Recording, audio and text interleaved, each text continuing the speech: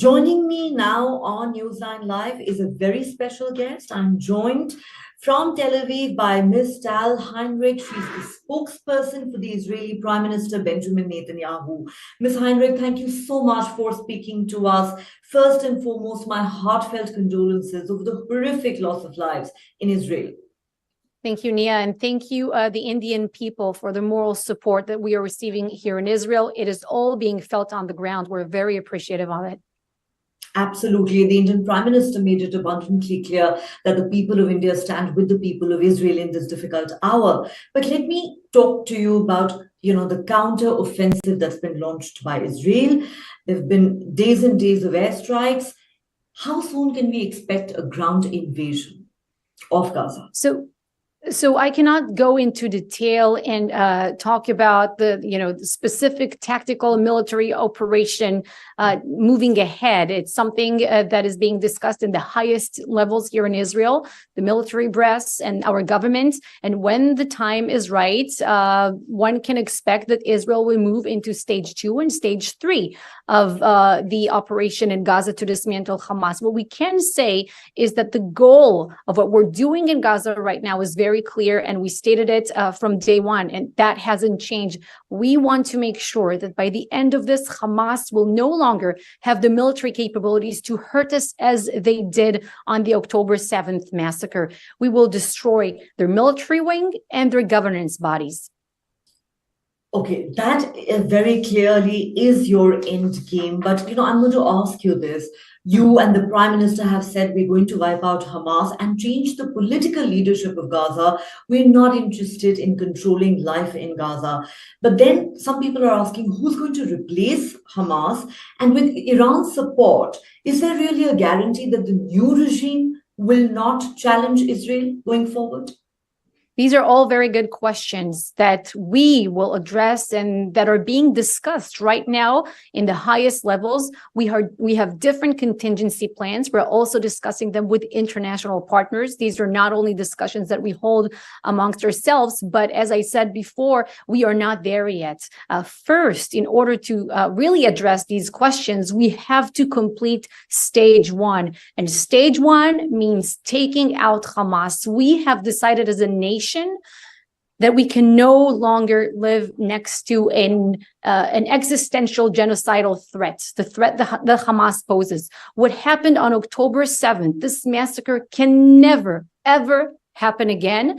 And this is why we're going to hit them very hard, because we want to change the reality in Gaza for the next decades. We cannot allow that to happen again. We cannot allow them to have the motivation to hurt us again.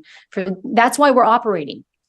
Absolutely. But are there concerns that, the 222 hostages that they're holding, most of them Israeli, could be, in serious danger once that ground invasion happens? What's the thought process on that?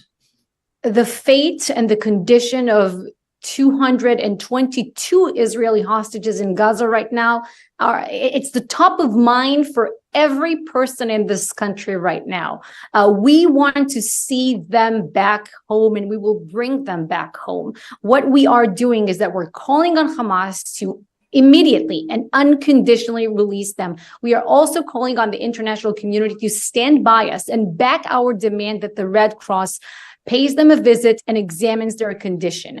And we warn, our Prime Minister warns these Hamas terrorists, do not hurt them, do not touch them, because you will pay a price. We want to see them back. There are so many children there. There are babies there. There's an 85-year-old Holocaust survivor there. This is a crazy situation. And keep in mind that the number that I just told you, it doesn't mean that it's a final number, because we are 17 days after that terrible massacre, that atrocity, and we still have between 100 and 200 Israelis who are unaccounted for. That means that there's a chance they're being held in captivity in Gaza by Hamas, like the other hostages, or that they are dead, but their bodies are in Gaza, or that they're dead, but their bodies are here in Israel. However, they are beyond recognition. We are still trying to identify some of the victims 17 days after they were slaughtered. The reason is because of the atrocities that Hamas committed. They burned them, they turned them into ashes. So it is very difficult to identify some of them. You're quite right. And, I have to say the butchery and the savagery that was on display has shamed humanity, and they really seem to have left Al Qaeda and ISIS behind. It's unimaginable, really. I hate to ask you this, but there are some apologists for Hamas who've actually disputed the claims made by Israel, saying, no, they're lying. Babies weren't beheaded. No, women were not raped. No, nobody was burnt alive. It's all propaganda by Israel.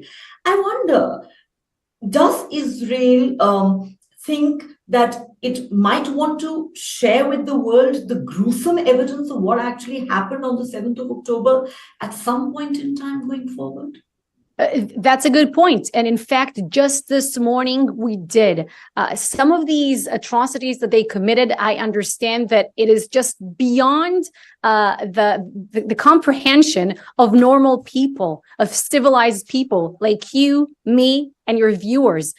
These atrocities that they committed are so graphic, the torturing and the raping. I mean, I can just describe some of the testimonies that we heard over the last days of, children being killed and their body parts were chopped in front of their parents' eyes taken out before they murder these people.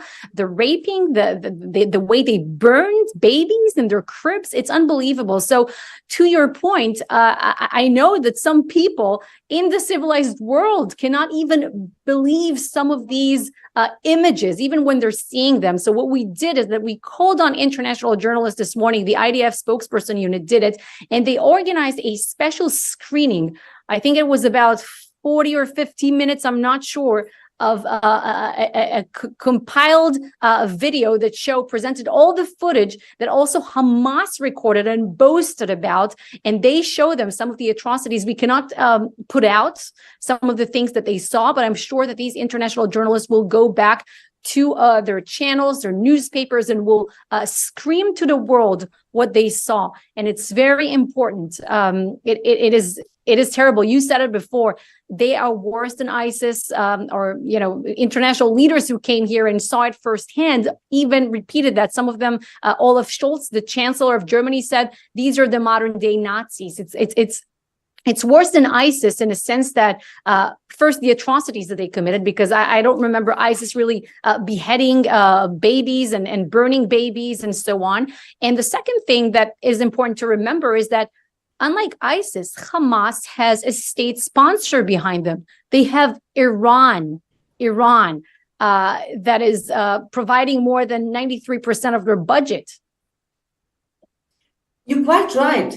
And since we are talking about Iran has openly threatened Israel, saying our hands are on the trigger. Don't you dare go into Gaza, or else we will have to jump in. Is there a real concern that this conflict could widen? There's already been gunfire exchange with Hezbollah in Lebanon and Syria, and then Iran is constantly issuing threats. Do you believe that larger parts of the Arab world could get engulfed in this war? Of course, you have the US and the Western world in your corner.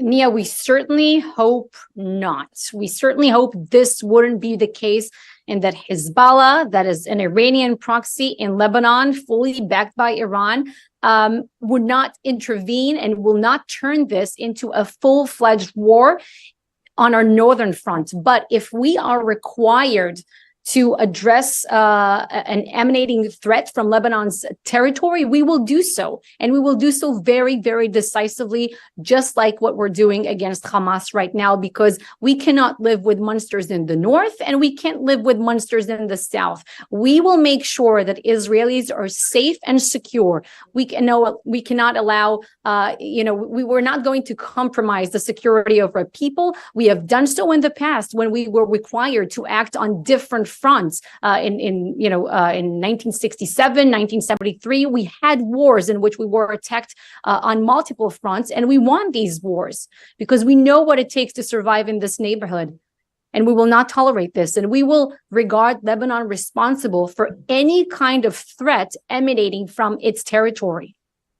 So you're hoping there is no multi-front war, but if there is one, Israel is fully prepared. You know, I think I already know the answer to this, but I'm still going to ask you because it's my job as a journalist. Is a ceasefire completely out of the question? Because many humanitarian aid workers, the United Nations, are asking for an immediate ceasefire. Yeah, that's a ceasefire is not negotiable. Demanding Israel for a ceasefire right now is basically saying that Hamas can get away with what they did, with the torturing, with the butchering, with the raping. We cannot allow that. President Biden was here and he came here, really paid an unprecedented visit in the middle of a war to speak of, the global moral leadership that the U.S. is giving us right now. And he said that we are facing an inflection point in history, and we are. We cannot allow terrorists to get away with their crimes because guess what? It will happen again and again and again. Just like was the case with ISIS, we're seeing this international coalition being formed in front of our eyes right now to confront Hamas. And that is very important because we need the civilized world to stand by Israel and stand against such atrocities and send out a very powerful global message that nobody in the year 2023 can get away with such crimes. We cannot tolerate that as a civilized world. So no, a ceasefire is out of the question because that is taking the pro-Hamas position right now.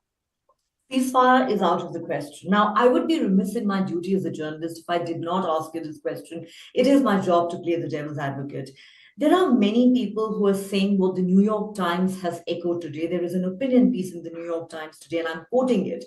It says Israel has suffered a horrifying terror attack and deserves the world's sympathy and support, but it should not get a blank check to slaughter civilians or to deprive them of food, water, and medicine. We must not kill Gazan children to protect Israeli children. What would your response to that be? Israel's not slaughtering civilians. The New York Times has it wrong.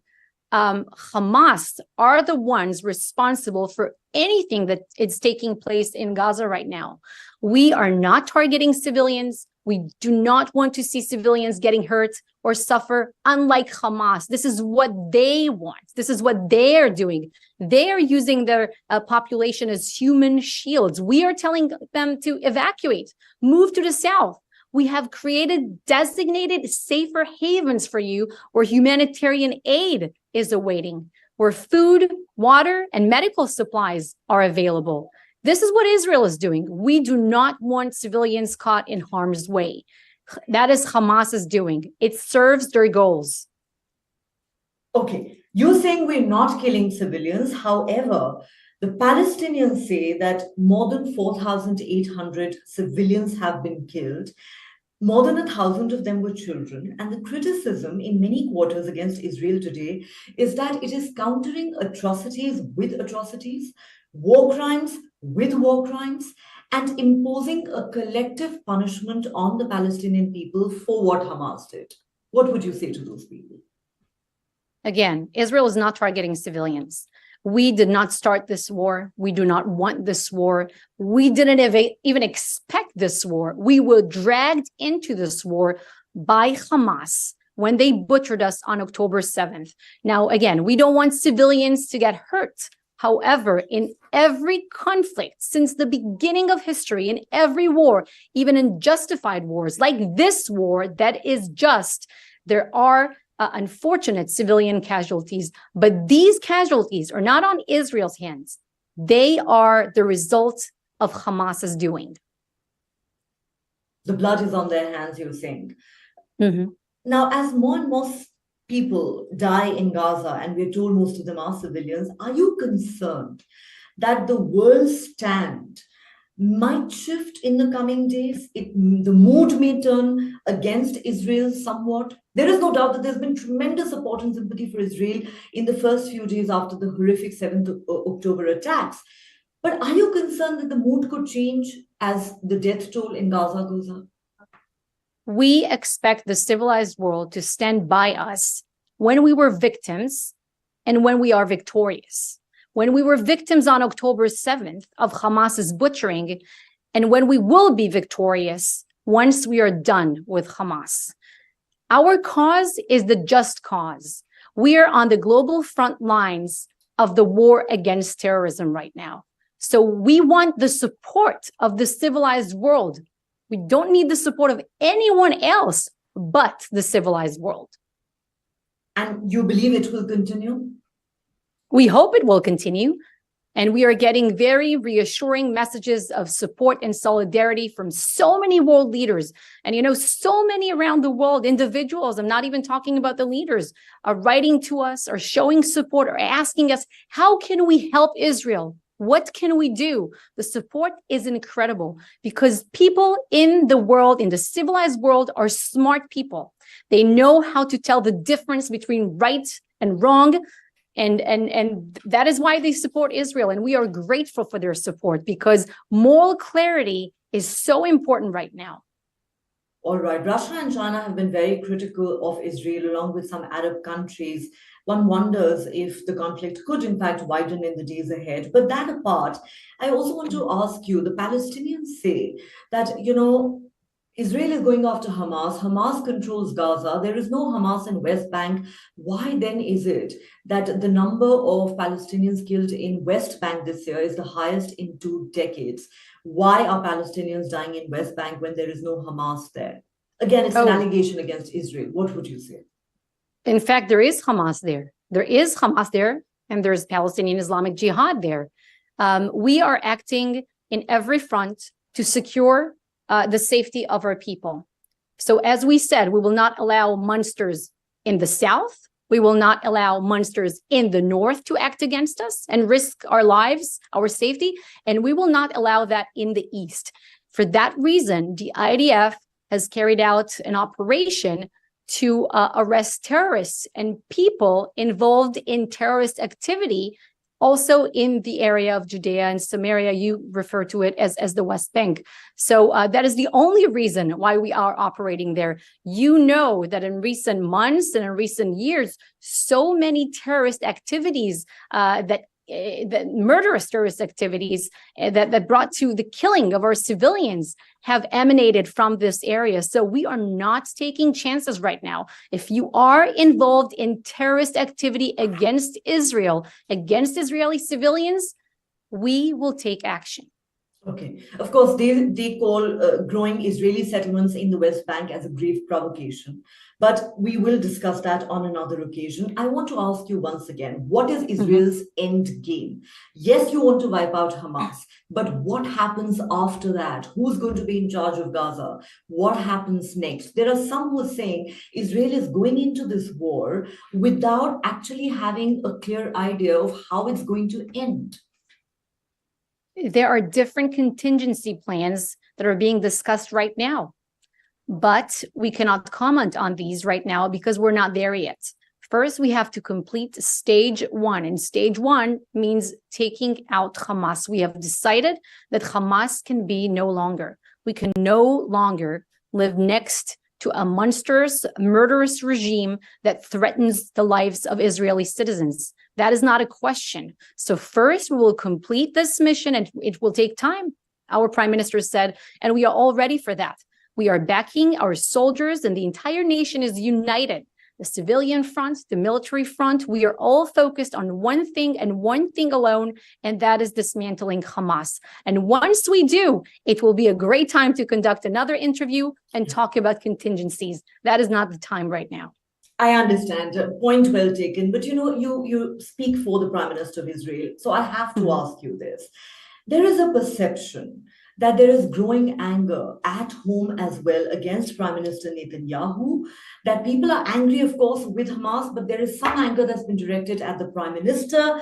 There are many Israelis who've called for his resignation for his failure to prevent these unprecedented and devastating attacks, and also for his handling of the Gaza war. What would you say to that? Neha, of course, there are internal Israeli discussions, political discussions that are taking place. But right now, we're not talking politics in this country. We are all united. We are we are focused on one mission alone, as I told you. And this unity amongst our people is also reflected in the unity government that was just formed. The war cabinet is focused on one thing alone. As a nation, we're not discussing the politics of right now. We will win. We will destroy Hamas. And then we can go back to doing what we do and discuss politics. But that is not the right time. It's not what we're doing. It's not where our minds are at. We are focused on the state of 222 hostages. We want to see them back. We want to see Hamas gone. And that's all. Okay, the time will come to discuss politics. You're right, you have a unity government in place. But there are many who are also cautioning Israel. Of course, President Biden said, don't make the mistakes that America did after 9/11. There are some who are saying that once there is a ground invasion, there are going to be many, many dangers and risks involved for the Israeli troops. The biggest perhaps being the labyrinth of underground tunnels and bunkers that Hamas have built. And parallels are drawn with the Vietnam War, where the Americans paid a very heavy price. 12,000 of their soldiers died. Now, I'm not saying that the Israelis would not have factored this in, but my question is, are there huge risks involved there? Wars are a dangerous thing. That is something that we bring in mind, and everyone around the world knows. But we didn't want this war, you see. We didn't start this war. We were dragged into this war by Hamas, and we are taking account and looking at all the different parameters. And again, I cannot comment and go into detail about military operational activity, but there are different parameters that are being examined and reviewed. And Israel will complete its mission in this operation. We will dismantle Hamas, and we will prevail as a nation. The story of the Jewish people doesn't end on October 7th, 2023. We've been around for some 3,500 years in our ancestral homeland. So we know what it takes to survive in this neighborhood, and we will do just that yet again. I don't know if you would want to address this question right now, but I will ask you nonetheless. There are many who say that if Israel were to accept the two-state solution, the violence would end. Hamas would go back to being a political party, but it is Prime Minister Netanyahu who has all but decimated the construct of a two-nation state and is hell-bent on not letting it become a reality. What would you say to that, again, as somebody who represents the Prime Minister? I will reply in a question, if you allow. Sure. Do you think Hamas terrorists are interested in a so-called two-state solution?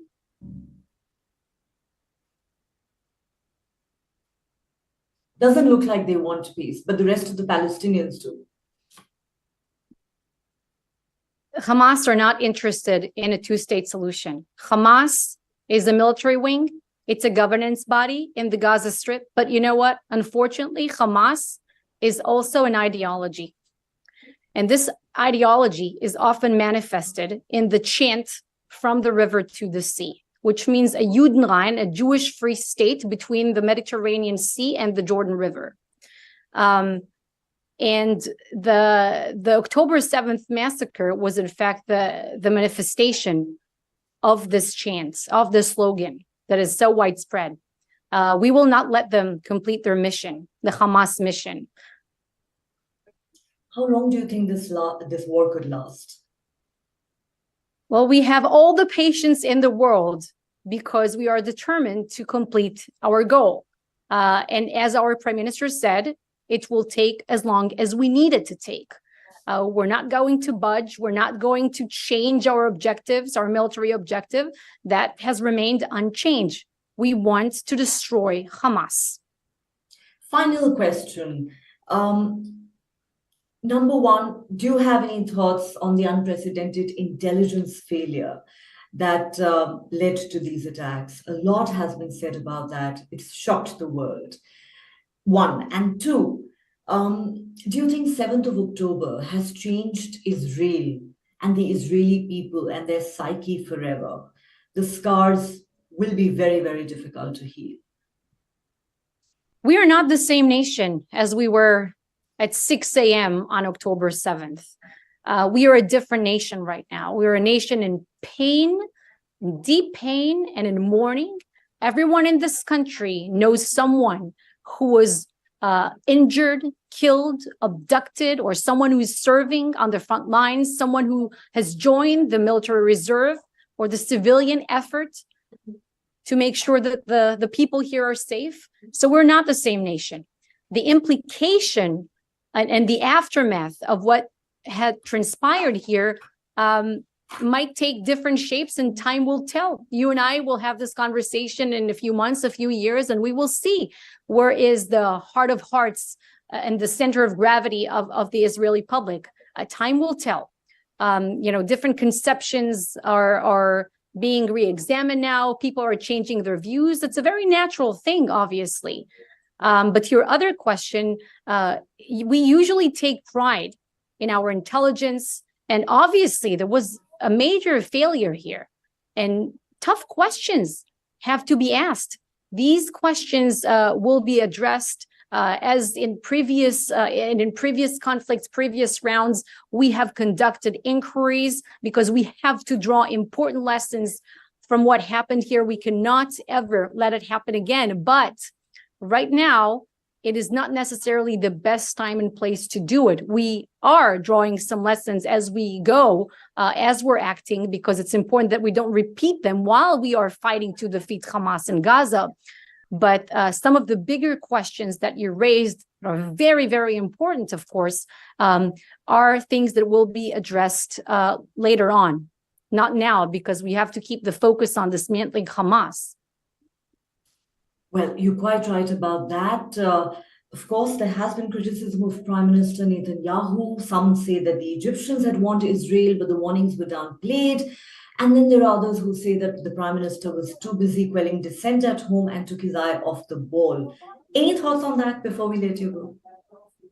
No, unfortunately, we will have to conclude because this position has to be taken for other media hits right now. So you have very interesting questions, much more to discuss. Some of these questions, unfortunately, we cannot address right now because time will tell. And we will discuss some of the contingency once we have completed our mission, once Hamas is gone. I understand your point. I must say, Tal Heinrich, it's been an absolute pleasure talking to you. I wish we were talking under different circumstances, but I thank you for your time, for patiently answering all my questions. The people of India and outside, our viewers outside, are certainly going to listen to you with rapt attention. And like our Prime Minister has said, our thoughts and prayers are certainly with the people of Israel. And we hope also for humanity's sake that this war does come to an end. Thank you so much. Thank you. Thank you, Neha, and thank the people of India who stand by our side. Thank you.